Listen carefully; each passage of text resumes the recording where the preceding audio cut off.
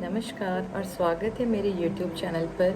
I hope आप सभी लोग अच्छे होंगे, स्वस्थ होंगे, तंदुरुस्त होंगे और ईश्वर से मेरी यही कामना रहेगी और ईश्वर से मैं यही कामना करूँगी कि आप लोग सभी लोग अच्छे रहें, तरक्की करें और स्वस्थ रहें। तो मैं आज आप लोगों के लिए एक विशेष वीडियो लेके आई हूँ जिसका विषय है होलिका दहन। आप लोग सभी जानते हैं कि हाल फिलहाल में त्यौहार आ रहे हैं और त्योहारों की शुरुआत हो चुकी है और हमारा पहला त्यौहार है होली।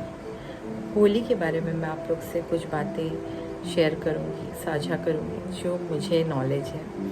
तो मैं आप लोग को यह बताना चाहूँगी कि होलिका दहन जो है हम होली से एक दिन पहले मनाते हैं। और ये होलिका दहन हम क्यों मनाते हैं, किस चीज़ के लिए मनाते हैं, तो मैं आप लोग को बताना चाहूँगी। ये होलिका दहन बुराई पर अच्छाई की जीत की खुशी पर होलिका दहन किया जाता है। आप लोग सभी जानते हैं होली के एक दिन पहले होलिका दहन होता है ना। आप लोग सभी जानते हैं और होलिका दहन एक प्रमुख त्यौहार है।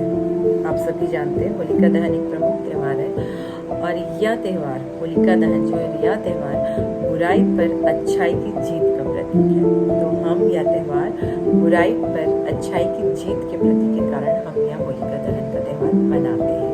और आज भी ये होलिका दहन हमारे हिंदू ग्रंथों में उल्लेखित है।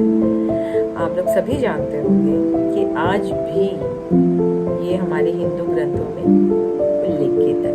तो होलिका दहन क्यों मनाया जाता है? तो होलिका दहन हम इसलिए मनाते हैं। एक छोटी सी कहानी मैं आप लोग के साथ शेयर करना चाहूँगी। होलिका दहन तो आप सभी जानते हैं, हिरण्यकश्यप नामक एक राजा था। ठीक है, हिरण्यकश्यप नामक एक राजा था और उस राजा के पुत्र का नाम था प्रहलाद। और प्रहलाद जो थे वो थे हिरण्यकश्यप राजा के पुत्र।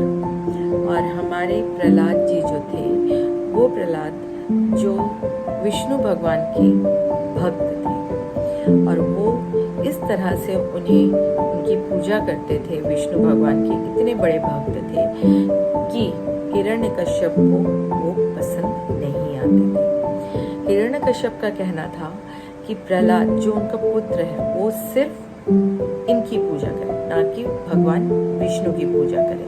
लेकिन प्रहलाद भगवान विष्णु की पूजा करते थे, जो कि हिरण्यकश्यप को पसंद नहीं आया।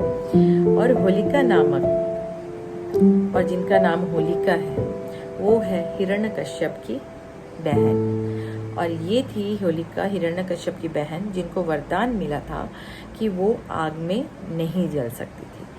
हिरण्यकश्यप ने प्रहलाद को बहुत समझाया कि तुम्हें विष्णु भगवान की पूजा नहीं करनी, लेकिन प्रहलाद मानने से रहे। तो हिरण्यकश्यप ने एक दिन अपनी बहन होलिका से कहा, जिसे वरदान मिला हुआ था कि वो आग में नहीं जलेगी। तो हिरण्यकश्यप ने एक दिन अपनी बहन होलिका से कहा कि तुम प्रहलाद को आग पर लेकर बैठ जाओ। तो यहाँ पे ये होता है, हिरण्यकश्यप ने तो सोचा कि प्रहलाद को किसी प्रकार का कोई वरदान नहीं मिला है, लेकिन होलिका को वरदान मिला हुआ था, वो आग में नहीं जल सकती थी। इसलिए उसने हिरण्यकश्यप राजा ने कहा कि तुम प्रहलाद को आग पर लेकर बैठ जाओ।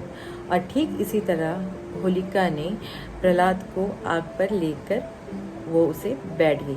लेकिन अंत में क्या हुआ, अंत नहीं बोलूँगी, last but not the least हुआ क्या, होलिका खुद जल गई।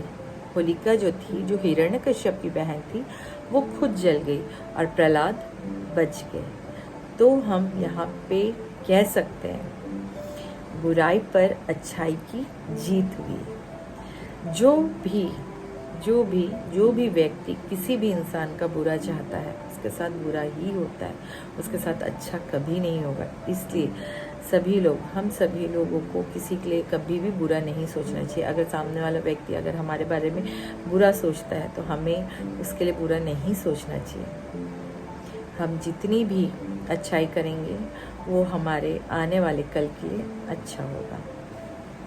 इस कहानी से हमें यह सीख मिलती है कि बुराई की हमेशा हार होती है, अच्छाई की हमेशा जीत होती है। बुरा व्यक्ति आज तो आगे बढ़ जाएगा, लेकिन कहीं ना कहीं उसे इसी युग में, इसी काल में उसे हर चीज़ देखना पड़ता है। तो अगर आप लोगों को मेरी वीडियो अच्छी लगे तो प्लीज़ मेरे चैनल पे अगर आप नए हैं तो सब्सक्राइब करिएगा, बेल आइकन का बटन दबाना ना भूलें, जिससे मेरे चैनल का नोटिफिकेशन आपको सही समय पर पहुंच जाएगा। और मेरी वीडियो अगर आप लोग को पसंद आई, सभी अच्छे से रहें, स्वस्थ रहें, और ऐसे ही मेरे चैनल पर आप लोग अपना प्यार दिखाते रहें। और प्लीज़ गाइस, बिना एक दूसरे को सपोर्ट किए हमारा चैनल आगे नहीं बढ़ सकता, तो आप लोग के सपोर्ट की हमें आवश्यकता है। तो मैं आप लोग से यहीं विदा लेती हूँ और अपना